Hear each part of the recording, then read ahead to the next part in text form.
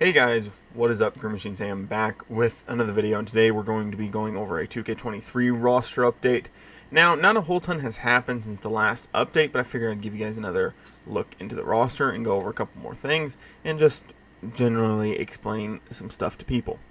Of course, I'm on PS5 next gen, so if you're on PS4 2K23, or if you're on Xbox or even PC, this roster is not for you. I'm sorry. I only do one system a year, and I've been doing PlayStation my whole life, so I'm just going to stick with PlayStation. Unfortunately, if that doesn't suit you, you guys can click off the video. Of course, there's no hard feelings. So let's go into things. So what you're going to do is head over to features, of course, go to create roster, NBA Modern, user created, and you guys are going to scroll over to, you don't have to actually scroll, I'm a dumbass, I just scroll over to my files because I have to grab my roster every time. So what you're going to want to do is click online ID, search by online ID, okay, so it should say enter online ID, again, PS5, this is PS5, I have a 2K22 roster on PS4, but I do not have a 2K23. Now, if you have a PS5, I don't know why you wouldn't have 2K23 at this point, because it was on PlayStation Plus and at one point it was on sale for like $8. Once you enter my online ID, which is GreenMachineSam, no capitalization needed, no special characters, no spaces, just as seen on screen, GreenMachineSam, SAM, you will get all my rosters. All four of my rosters here at the top are all the same. You can pick whichever one you want to. Just pick the most downloaded if you want to. Pick whichever name you think is coolest. It doesn't really matter. And then it will bring you to the teams first.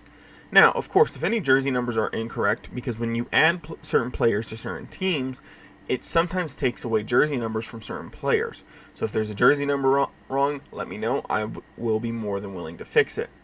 Contracts have been updated as best as I can get them, of course. Now, not everything is perfect.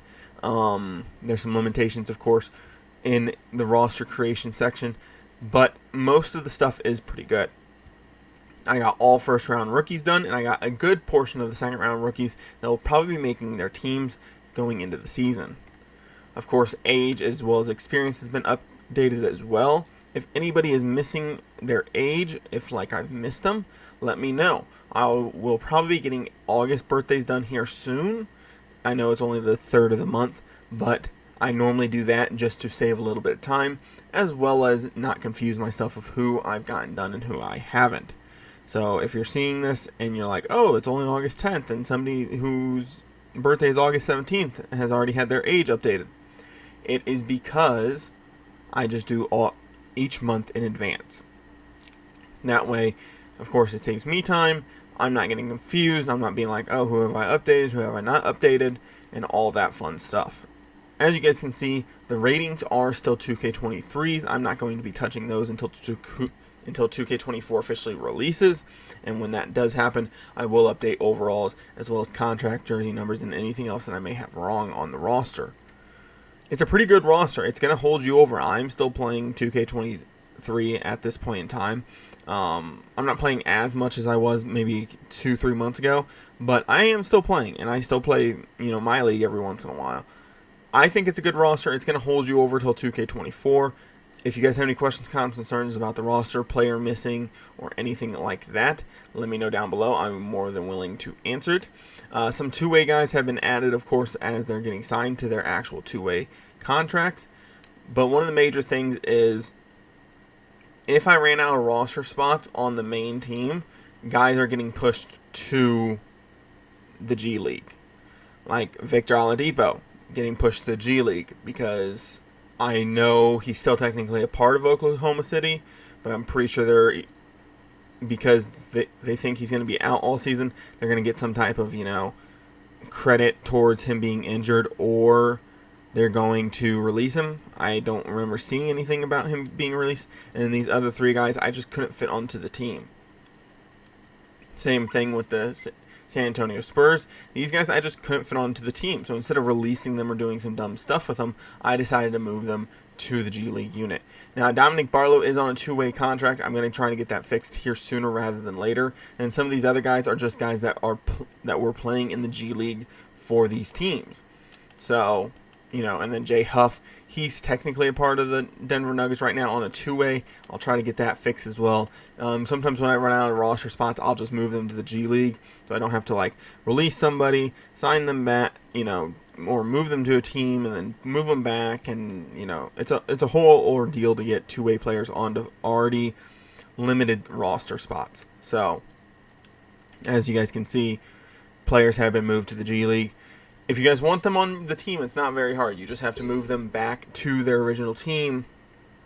It's just most of these teams already have too many spots. Well, too many players on their roster. So it's not from a lack of trying. It is literally just because I'm out of roster spots on those teams. So, and then again, of course, retired players are lower overalls. They're 50s and 45s. I forgot that I was making them 50s. So Udonis Haslam's a little bit older, but they are all here just in case you need them. And then, of course, if there's any free agents that are currently in free agency that are not, whether they're on a G League team, a Summer League team, they're on a two-way, they're on, whatever besides an overseas team, let me know. I'll more than gladly add them to their respective teams. I'm still looking at Twitter. I'm still looking at, all the sites online. So if I miss something, just let me know. I'm more than willing to fix the roster. Of course, if you want to fix the roster, as soon as you find out what's wrong with it, go ahead, and then you can leave a comment down below, and I will more than likely get to it within a week. If you guys have any, like I said, if you guys have any questions, comments, concerns, leave them down below in the comments. I will address them within a couple days. I normally try to look at comments every couple days or so that I can be answering people's questions or getting back to people as soon as possible. If you guys enjoy this content or any other content here on my channel, I'd appreciate it if you guys stick around and subscribe. Of course, hit that bell notifications to be notified anytime I post a video. I'm going to be doing more videos like this. I have a 2K22 roster update scheduled for tomorrow, and then I have some more Madden content coming out before Madden 24 releases, as well as Madden 24 content when that actually does release. Of course, this all will be determined based off of whether or not I even like Madden 24, but hey.